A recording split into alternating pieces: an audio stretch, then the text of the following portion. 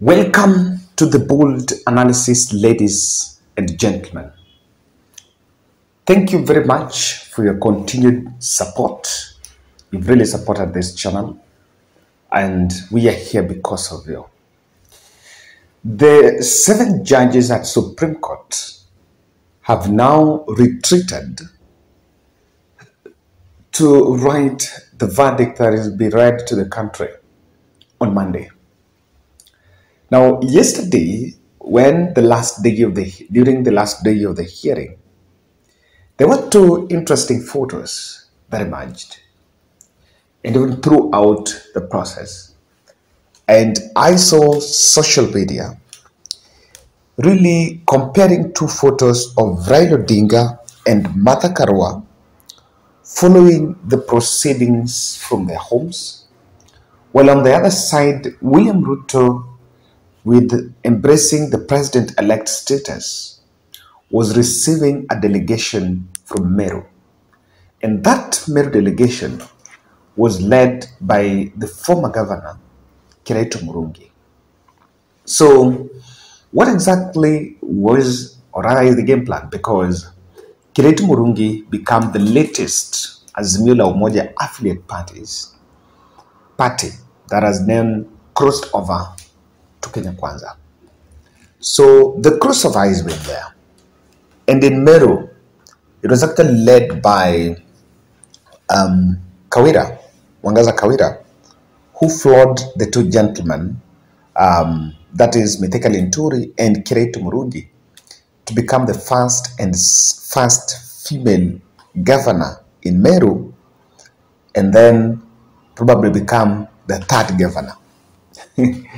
In fact, somebody needs to be very careful, because Meru is one of the counties that you seem to only serve 1 term and leave the stage. But Murume is not a joker, because the first governor was Peter Munya. He lost in 2017 to Kiraitu Murungi, and Kiraitu Murungi has also lost in 2022 to Kawira Mwangaza. But I want to take you back a bit so that you really have the understanding what exactly is happening in Meru. Because William Ruto wanted Kiraitu Murungi to cross over to Kenya Kwanza even before the elections, and he made frantic efforts to win the support of Kiraitu Murungi. But when it was slippery, it was evident that Kiraitu Murungi was not refused to cross over, he planted the candidature of Mithika Linturi. So Mithika Linturi might have really was pushed as the person that will give Kiraitu Murungi a run for his money. But evidently, the independent candidate flawed all of them. So I want to believe that even if Mithika Linturi even if Kiraitu Murungi was to vie through Kenya Kwanza, because the person who was won is an independent candidate, I don't think he will still have won against the 2. Because he came distance 3rd, Kawira was number 1, Mithika became number 2, and Kiraitu Murungi became number 3. But if you ask me, these are people who do not just want and just fear being in the cold. And is one of the politicians that have never been in the cold ever since.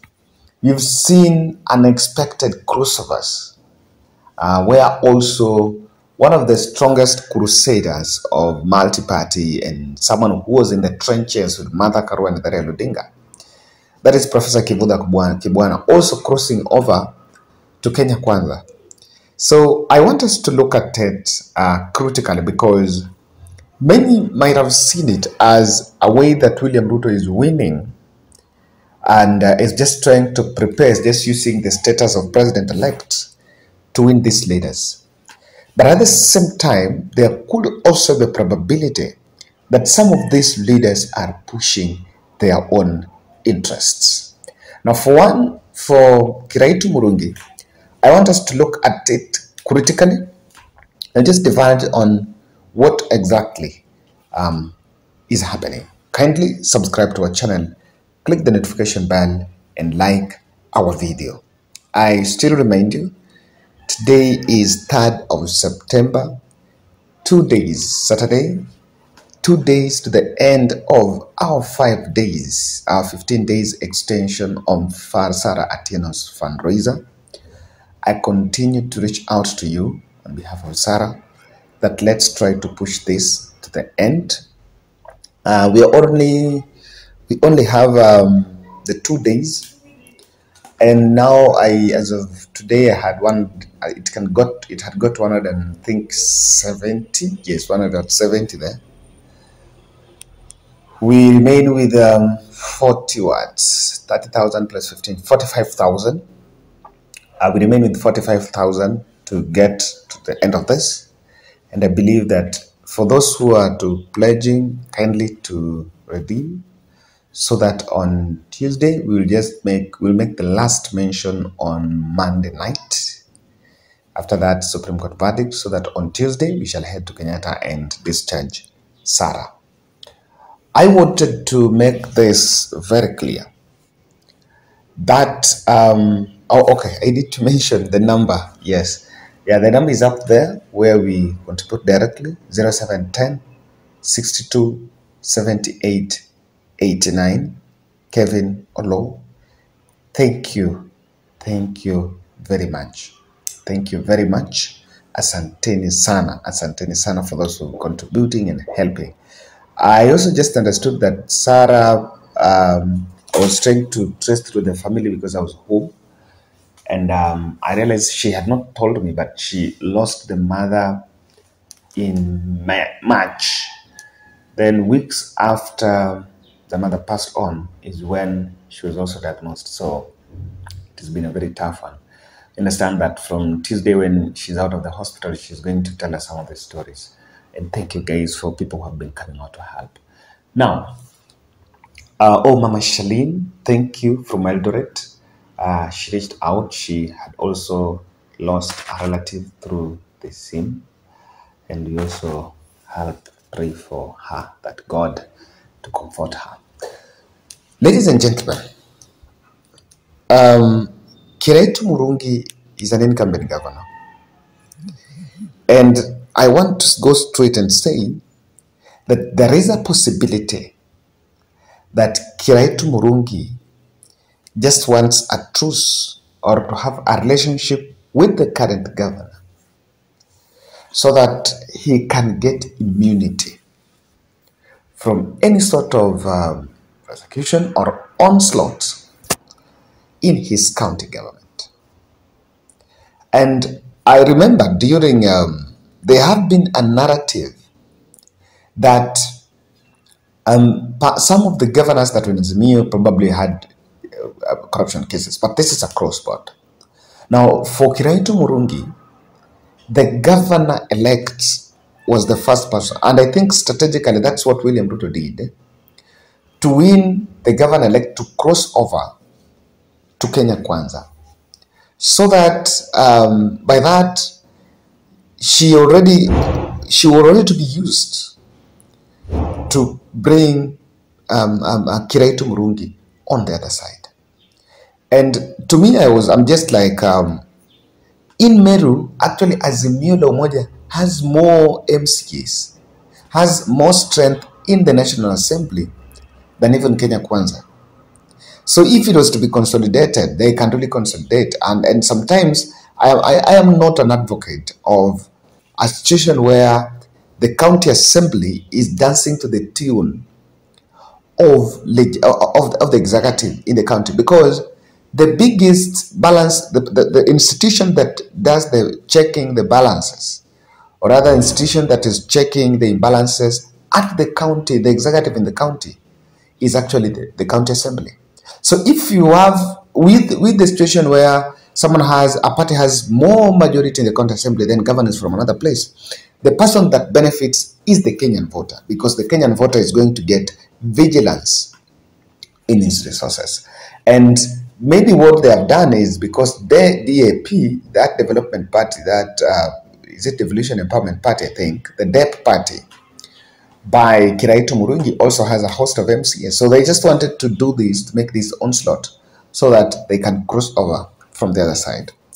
The feeling, or rather a decision by the county assembly, or rather Mr. Politician, that for you to get what belongs to you, or for you to get resources, or for you to get development to your people, as a county government, you need to dance to the tune of the executive, I think is misguided. Because there is already law that stipulates how revenue will be shared, the amount that your county is going to get. There is no executive, there is no president that can limit amount of money that a county receives, even if he doesn't like that governor. So the governors that are crossing over, I'm like, this is this is pure politics. It is not in the interest of their voter. And someone in Meru, I don't think she'll be excited that my governor crossed over to Kenya Kwanza, so I'm going to get development. Whatever the share that Meru County is going to receive, now there is no president that can change it. It's only for political gimmick that the issue of crossovers are needed. In the light of Supreme Court case, I also see a situation where, or I also see a possibility that William Ruto was just trying to plan for what I can say a rerun. William Ruto could be plotting a rerun, and that sort of a rerun is in the light of the case that was going on, or maybe deep intelligence, he has realized that things on how the decision, the way the court might go. I don't want to preempt the court. My stand or my feeling would be, and what I suggest, that if that case is nullified, if the president-elect issue is nullified, then the court might actually order a recount, tell the IBC to recount, scrutiny of all the votes, then count what could be legitimate votes. Whatever is disputed is removed. Bring all the ballot boxes. All the disputed results are removed. Count the valid votes. Then declare the winner. And even if it's a rerun, then IBC, if the person does not get the threshold that is needed, then IBC will actually order a rerun. That is probably what can be seen, because at that recount, there was a disparity in votes, of course, here and there. But again, there were also some areas. So some of the results, the court might decide that we are not going to use the results in the portal. And instead of granting the prayers, we are going to count the results in the portal. There is no portal result that is going to be used. We are going to do fiscal recount again. I see that as a possibility. Now, Ruto might, maybe if he's seeing a rerun, planning to give it a sweep. But also, I can categorically say that there is something that Ruto is trying to do. Is creating a center of power to checkmate the all-powerful Rigathi Gachagua all of a sudden, that it has become an all-powerful man. Remember when Rigathi Gachagua was campaigning, he went to Meru and abused Kiraitu Murungi and abused everyone. So when you bring the Kiraitus around you, and in some sense he's trying to consolidate a Mount Kenya East team, or a Mount Kenya East caucus that will bring Kiraitu, the governor, the one for Tharaka, Kindiki, and all that. Now, when you make sure that East caucus is strong, it will actually checkmate the all-powerful Rigathi Gachagua, because all along I think Rigathi Gachagua, after William Ruto was declared president-elect, Rigathi Gachagua seems to be having the shared presidency. He did not, at least William Ruto in the first term was a little bit different, but I think Rigathi is also just doing what Ruto was doing to President Uhuru Kenyatta, where he has also now become an all-powerful and is saying everything in the campaign trail, we are going to do this. It's like they have just a lot of stuff that he's talking about. So Ruto might also be plotting to make that. Lastly, Kiraitu is pushing his own interest, and this is the interest. I think at the handshake with Peter Munya, the Peter Munya, Kiraitu Murungi was to go vie, and maybe was promised that if he doesn't win that seat, he's going to be given an appointment. And this appointment was given later. Remember, the president appointed him to some board later, after which, at a point where the president did not have the appointive, or was not the appointive authority, did not have the powers to appoint, and maybe he's thinking that at some point that might be termed unconstitutional, and so he's just trying to secure something. And lastly, it could be applied to also pull Peter Munya, to bring Peter Munya on his side. So, because again, the most powerful leader as we talk now on the other side then could be Peter Munya. If he emerges and re-strategizes, he could actually give the governor a run for his money, for her money in 2027, because I know the governor might be coming out to again defend that seat. So, ladies and gentlemen, that's my take on Meru. And let's wait and see. You can also tell us, what do you think, Kiraitu Murungi, why do you think Kiraitu Murungi is crossing over?